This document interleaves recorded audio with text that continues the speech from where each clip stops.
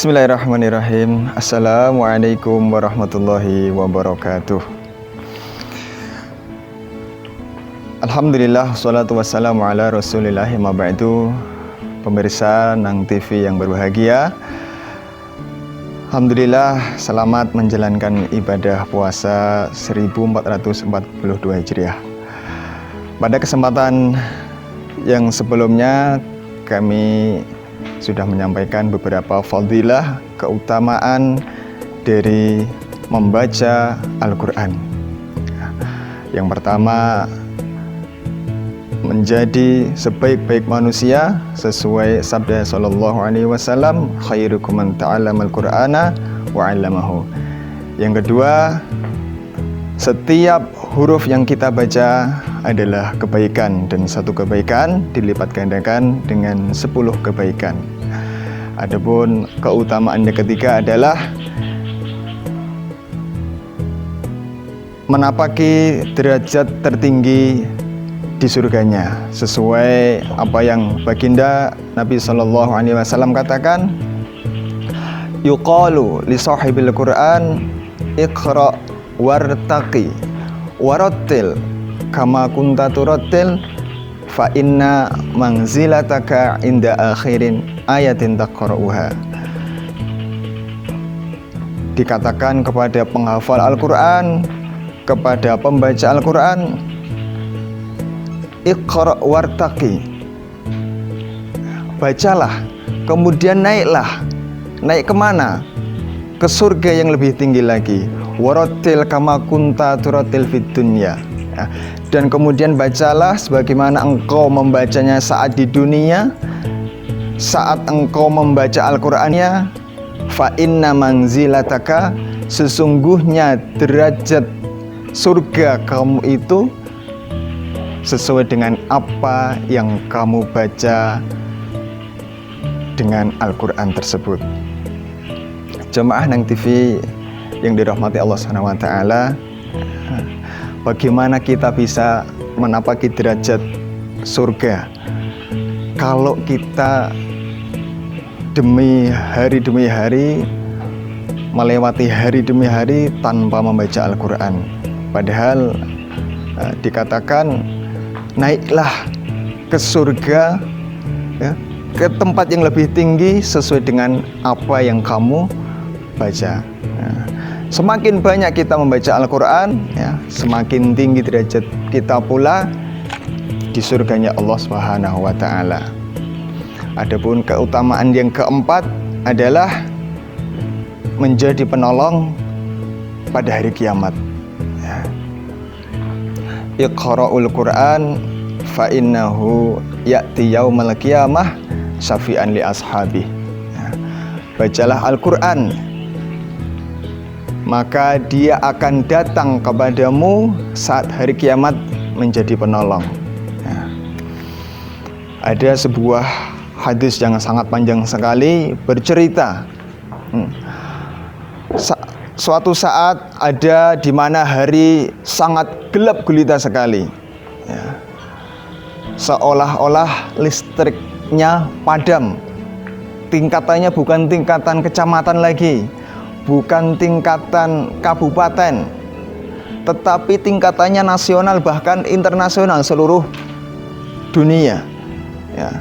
Bumi saat itu menjadi gelap gulita, ya, padahal masih siang hari, ya. Orang mengiranya, oh ini akan terjadi hujan, mendung. Namun ditunggu jam demi jam, kok masih gelap gulita. Waktu asar sudah terlewati, waktu maghrib, isya, ya. Sehingga para orang-orang pada saat itu, ya, ini kok hari nggak pernah terang, ya. Sudah waktunya hampir menjelang zuhur, kok juga belum terang, ya. Semakin genting orang-orang pada saat itu. Ini ada apa ini? Masuklah waktu sholat zuhur, ya. Tidak nampak juga terik matahari. Masuk waktu asar sampai maghrib, isya, sudah 2 malam matahari juga tidak muncul. Saat itu juga bahan bakar, baik kertas, kayu, dan lain sebagainya sudah habis. Sehingga tidak ada satu orang pun yang bisa menyalakan api. Ditunggulah sampai esokan harinya, subuh sudah terlewati. Saat itu orang-orang berharap semoga pagi ini nanti kita mendapatkan terik sinar matahari.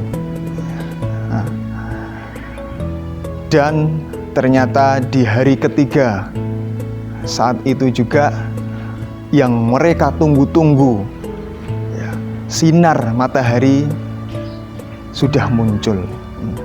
Namun yang terjadi, biasanya sinar matahari terbit dari timur.